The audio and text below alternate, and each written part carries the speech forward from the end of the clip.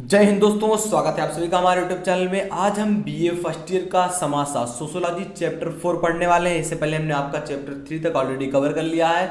आपने वीडियो नहीं देखी तो आप वीडियो देख सकते हैं। वो वीडियोज आपको बीए फर्स्ट ईयर के प्लेलिस्ट में मिल जाएंगे। चलिए शुरू करते हैं। आज का हमारा पहला प्रश्न है कि समूह उस जमात को कहते हैं। समूह एक मजलिस समझ लीजिए, उस जमात को कहते हैं जिसमें प्रत्येक व्यक्ति की कुछ आवश्यकताओं की पूर्ति के लिए सभी सदस्य का सहयोग लिया जाता है। समूह की परिभाषा किस विद्वान ने की थी? ऐसा परिभाषा देने वाले कौन विद्वान थे? तो अब करेक्ट आंसर रहेगा ऑप्शन का, कैटिल ने ऐसा कहा था। कैटिल ने ऐसा कहा था कि जो समाज है, समूह उस जमात को कहते हैं जिसमें प्रत्येक व्यक्ति की कुछ ना कुछ आवश्यकता को पूरा करने के लिए सभी सदस्यों का सहयोग लिया जाए। तो ये परिभाषा किसका था? कैटिल कहा था। अगला हमारा प्रश्न है कि सामाजिक समूह का प्रमुख भेद क्या है? जो सामाजिक समूह है इसका प्रमुख भेद क्या है? तो ये सभी, यानी कि आपका अंतः समूह भी सही है, क्षेत्रीय समूह भी सही है, प्राथमिक समूह भी सही है। तो अब करेक्ट आंसर होगा ऑप्शन घ, ये सभी।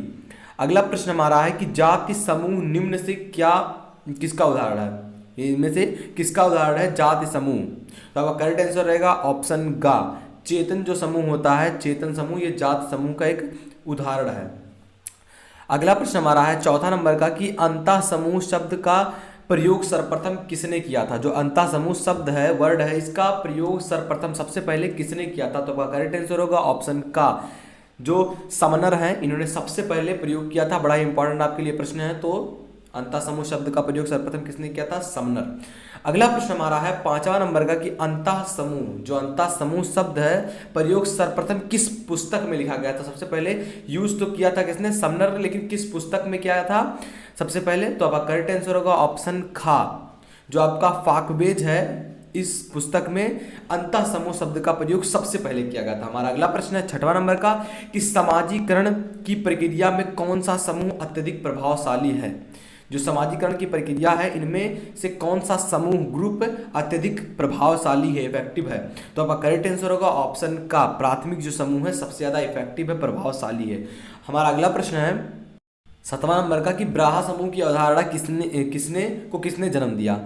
इंपॉर्टेंट प्रश्न आपके लिए है। तो आपका करेक्ट आंसर होगा समनर ने ही इस शब्द का भी उत्पाद किया था, इस शब्द को प्रयोग किया था। हमारा अगला प्रश्न है आठवां नंबर का कि आकार में कौन सा समूह छोटा होता है? आकार में सबसे छोटा समूह कौन सा होता है? तो आपका करेक्ट आंसर होगा ऑप्शन खा, प्राथमिक समूह। ये जो समूह होता है, ये समाजीकरण की प्रक्रिया में महत्वपूर्ण भूमिका भी निभाता है, प्रभावशाली भी होता है, और ये सबसे छोटा समूह भी है। हमारा अगला प्रश्न है 9वां नंबर का कि निम्न में से कौन सा प्राथमिक समूह है? इनमें से प्राथमिक समूह तो आप जानेंगे सबसे इफेक्टिव होता है और सबसे छोटा होता है, लेकिन ये प्राथमिक जो समूह है ये क्या है? तो पड़ोस जो आपका होता है, पड़ोस, यही प्राथमिक समूह है।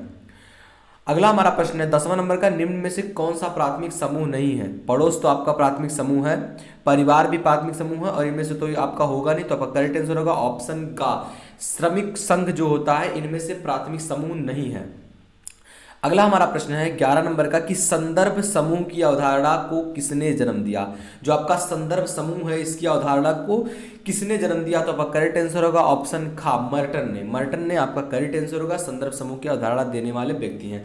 अगला हमारा प्रश्न है 12 नंबर का कि किस समाजशास्त्री ने समूह का विभाजन प्राथमिक और द्वितीय समूहों में किया था? जो बंटवारा हुआ था कि प्राथमिक समूह में परिवार रहेगा, पड़ोस रहेगा, तो आप, और जो द्वितीय समूह में आते हैं, जैसे आपका द्वितीय समूह में यहाँ ऊपर दिया गया है श्रमिक संघ हो गया। तो इसमें कह रहा है कि जो आपका किस समाजशास्त्री ने समूह का विभाजन प्राथमिक और द्वितीय समूह में बांटा? तो कौन थे?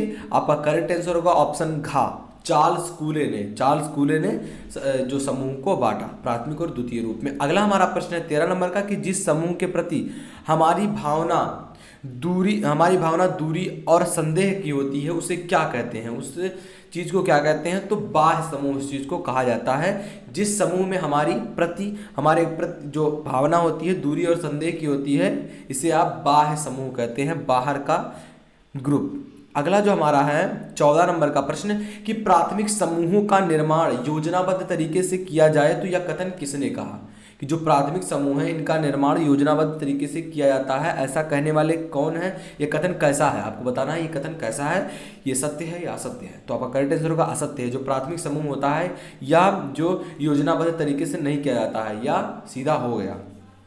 अगला हमारा प्रश्न है 15 नंबर का कि प्राथमिक समूह शब्द का प्रयोग सर्वप्रथम किस समाजशास्त्री ने किया था। जो प्राथमिक समूह है इसका प्रयोग सर्वप्रथम किस समाजशास्त्री ने किया था, तो आपका करेक्ट आंसर होगा ऑप्शन का चार्ल्स कूले ने सबसे पहले प्राथमिक शब्द का प्रयोग किया। अगला हमारा प्रश्न है 16 नंबर का कि चार्ल्स कूले ने प्राथमिक समूह का जो शब्द है इसका प्रयोग तो सबसे पहले इन्होंने किया था, लेकिन कब किया था ये पूछ रहा है। तो आपका करेक्ट आंसर होगा ऑप्शन घ सन 1909 ईस्वी में चार्ल्स कूले ने सबसे पहले प्राथमिक शब्द का प्रयोग किया, ऐसा प्रश्न है। अगला हमारा जो प्रश्न है 17 नंबर का कि चार्ल्स कूले ने कितने प्राथमिक समूहों का उल्लेख किया था। इन्होंने प्राथमिक समूह का कितने समूह है इनका उल्लेख किया था, तो 3 समूहों का उल्लेख किया था। अगला हमारा प्रश्न है 18 नंबर का कि जो समूह घनिष्ठता के अभाव वाले अनुभवों को प्रदान करते हैं उन्हें क्या कहते हैं, उन्हें क्या कहा जाता है। तो आपका करेक्ट आंसर होगा ऑप्शन ख द्वितीयक समूह इन्हें कहा जाता है। अगला प्रश्न है निम्न में से कौन सा द्वितीय समूह है, इनमें से कौन सा द्वितीय समूह है, द्वितीय समूह में आता है। तो इनमें से कोई नहीं आपका है, करेक्ट आंसर होगा ये सारे प्राथमिक क्षेत्रक में आते हैं। तो आपका करेक्ट आंसर होगा ऑप्शन घ इनमें से कोई नहीं। चलिए आगे बढ़ते हैं। हमारा अगला प्रश्न है निम्न में से कौन सी विशेषता प्राथमिक समूह की नहीं है। इनमें से कौन सी विशेषता जो है ये प्राथमिक समूह की नहीं है, ये द्वितीय समूह की है, अलग अलग समूह की है। तो आपका करेक्ट आंसर होगा ऑप्शन का उद्देश्य की असामान्यता प्राथमिक समूह की विशेषता नहीं है। अगला हमारा प्रश्न 21 नंबर का है निम्न में कौन सी विशेषता द्वितीय समूह की नहीं है। प्राथमिक समूह का तो हो गया कि उद्देश्य की असमानता, लेकिन द्वितीय समूह में इनमें से कौन सी विशेषता नहीं है। तो आपका करेक्ट आंसर होगा घा भावात्मक जो संबंध है ये द्वितीय समूह की विशेषता नहीं है। अगला हमारा प्रश्न है कि चार्ल्स कूले ने निम्न में से किसे प्राथमिक समूह माना है। तो इन सभी को यानी कि क्रीड़ा समूह को भी, परिवार को भी, समाज को, इन्होंने जो चार्ल्स कूले हैं इन्होंने प्राथमिक समूह में इन्हें रखा है, माना है। अगला हमारा प्रश्न है 23 नंबर का कि विश्वविद्यालय कौन सा समूह है। जो विश्वविद्यालय होता है यह कौन सा समूह है। तो आपका करेक्ट आंसर होगा ऑप्शन ख द्वितीय समूह में ही आता है। अगला प्रश्न है 24 नंबर का कि पशु प्रवृत्तियों का मानवीकरण ही संभवतः सबसे बड़ी सेवा है तो प्राथमिक समूह करते हैं। यह कथन है, यह कथन किसके द्वारा कहा गया है। तो चार्ल्स कूले जिन्होंने प्राथमिक और द्वितीय समूह में समाज को, चीजों को बांटा है, तो कौन थे, चार्ल्स कूले। अगला हमारा प्रश्न है 25 नंबर का कि निम्नलिखित में से किसकी स्थापना विचार पूर्वक की जाती है। तो जो समिति होता है आपका करेक्ट आंसर होगा खा समिति जो होती है इसकी स्थापना विचार पूर्वक की जाती है। अगला हमारा प्रश्न है 26 नंबर का कि संदर्भ समूह का मुख्य आधार है। जो संदर्भ समूह होता है इसका मुख्य आधार क्या है। तो आपका करेक्ट आंसर होगा ऑप्शन गा सदस्य बनने की जो आकांक्षा होती है यही आपका संदर्भ समूह का मुख्य आधार है। अगला हमारा प्रश्न है 27 नंबर का कि राजनीतिक दल और मजदूर संघ किस प्रकार के समूह के उदाहरण हैं। ये किस प्रकार के समूह के एग्जाम्पल हैं। तो आपका करेक्ट आंसर होगा ऑप्शन घा ये द्वितीय समूह में आते हैं। मजदूर संघ आपका मिस्त्री हो गया, मिस्त्री संघ, तो ये द्वितीय समूह में आते हैं। अगला हमारा प्रश्न है 28 नंबर का निम्नलिखित में से आपको कौन सा सुमेल नहीं है, इनमें से कौन सा नहीं मिलता है ये आपको बताना है। तो आपका करेक्ट आंसर होगा ऑप्शन दा जो सदस्यता समूह है ये मीड से संबंधित है, तो ये आपका सुमेल सही नहीं है, ये असत्य है। अगला हमारा प्रश्न है 29 नंबर का निम्नलिखित में से द्वितीय समूह में किस प्रकार के संबंध की प्रधानता होती है। तो आपका करेक्ट आंसर होगा ऑप्शन सा औपचारिक संबंध की प्रधानता होती है। अगला हमारा प्रश्न है 30 नंबर का कि कूले के अनुसार निम्नलिखित में से किस मानव स्वभाव की पोशिका नहीं कहा जाता है। किसे, जो कूले के अनुसार, कूले ने सबके अनुसार नहीं, कूले के अनुसार निम्नलिखित में से किस मानव स्वभाव की पोशिका नहीं कहा जा सकता है। तो अब करेक्ट आंसर होगा विश्वविद्यालय को नहीं कहा जा सकता है। तो अब करेक्ट आंसर होगा ऑप्शन सा विश्वविद्यालय। अगला जो हमारा प्रश्न है 31 नंबर का कि किसका कथन है कि जो समूह घनिष्ठता के अभाव वाले अनुभवों को प्रदान करते हैं उन्हें द्वितीय समूह कहा जाता है। ऐसा कहने वाले कौन है, कथन किसका है। तो चलिए बढ़ते हैं अपने उत्तर की तरफ।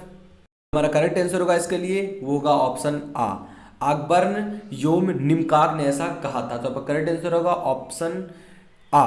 अगला जो हमारा प्रश्न है द फैमिली नामक पुस्तक किसने लिखी थी। जो आपका ये पुस्तक का नाम है द फैमिली, किसने लिखी थी। आपका करेक्ट आंसर होगा ऑप्शन आ जो आपका बर्जेस योम लाक है, इन्होंने द फैमिली नामक पुस्तक को रचा लिखा।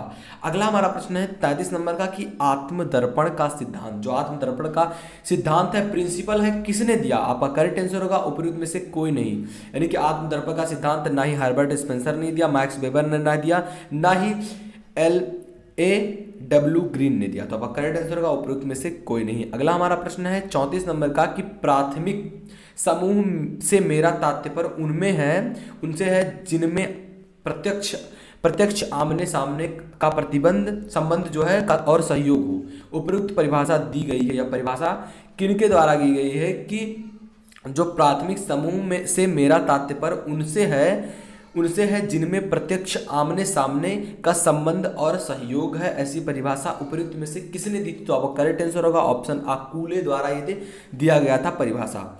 अगला प्रश्न हमारा 35 नंबर का कि एक अस्थाई सामाजिक समूह जिनमें जीवन के लक्ष्य या उद्देश्य की पूर्णता होती है कहलाते हैं, कौन से समुदाय कहलाते हैं? तो एक समुदाय कहलाते हैं। तो आपका करेक्ट आंसर होगा ऑप्शन आ।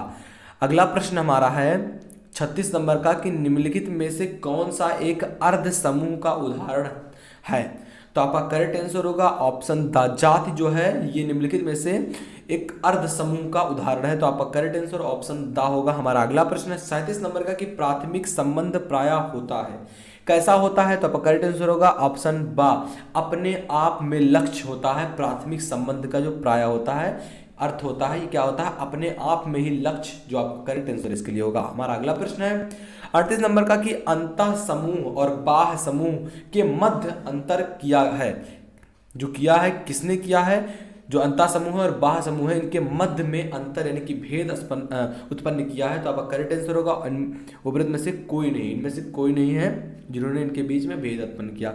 अगला हमारा 39 नंबर का प्रश्न है कि कूले के अनुसार निम्नलिखित में से किसे मानव स्वभाव की पोशिका कहा जा सकता है? मानव की पोशिका कहा जा सकता है। तो आपका करेक्ट आंसर होगा आपका ऑप्शन बा, पड़ोस। पड़ोस आपका राइट आंसर होगा इसके लिए।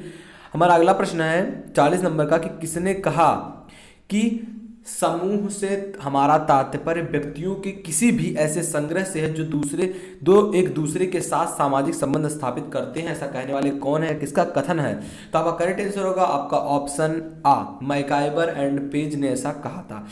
अगला हमारा प्रश्न है कि किसने कहा कि जब कभी दो या दो से अधिक व्यक्ति एक साथ मिलते हैं और एक दूसरे को प्रभावित करते हैं तो वे एक सामाजिक समूह का निर्माण करते हैं। ऐसा कहने वाले कौन है?